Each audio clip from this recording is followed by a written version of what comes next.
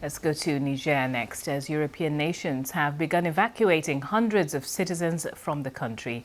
The first of 3 French planes has arrived back in Paris with more than 250 people on board. Italy has also flown out dozens of its own nationals, as well as other European and American citizens. Meanwhile, defense officials from West Africa's regional bloc, ECOWAS, will meet later to discuss the military coup that took place in Niger last week.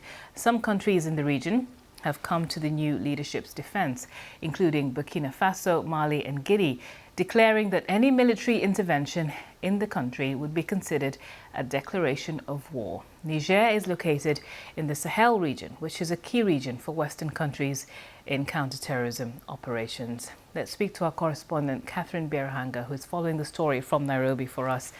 Catherine, let's start with events in Niger and what the neighbours are doing. ECOWAS had given the coup leaders a deadline of a week to restore democratic rule to the country. But what are the options really for where this goes next?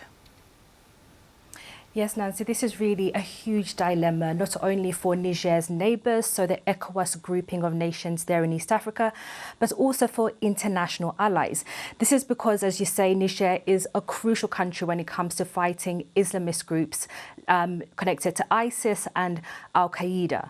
Now, when West African heads of states met in Abuja in Nigeria at the weekend, they ordered the junta in Niger to hand over power back to the former president within a week, or else they threatened force against the countries. And following on from that statement, they said defense chiefs from the region would then meet this week in Nigeria to discuss these options. And that's the meeting that we're seeing in Nigeria starting today.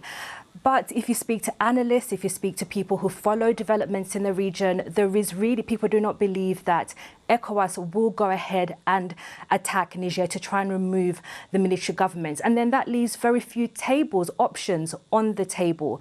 We've seen Western governments removing aid. The United States has threatened the same. They're talking about removing military assistance to Niger.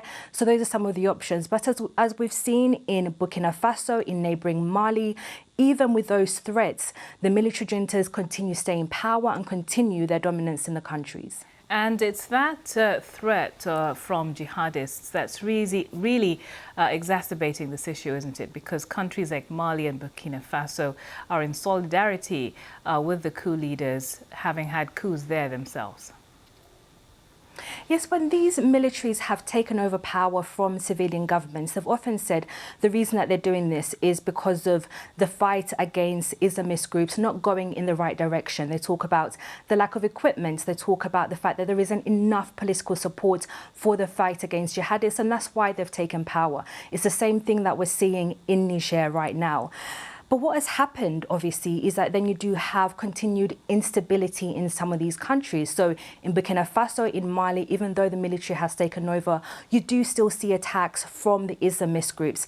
In the case of Mali in particular, they've kicked out foreign forces, the French, European countries, and they've turned to the Russian group, the Wagner paramilitary group. And they have about 1,000 troops in Mali at the moment, helping the military there to fight Islamist groups. Now, this is obviously another concern for international allies, especially Western countries. They're worried that in the case of Niger, even though there is no evidence that Russia helped stage this coup in Niger, there is a concern that obviously the instability then allows the Wagner group, other Russian forces to then entrench themselves in Niger, another country in West Africa where they would be losing influence.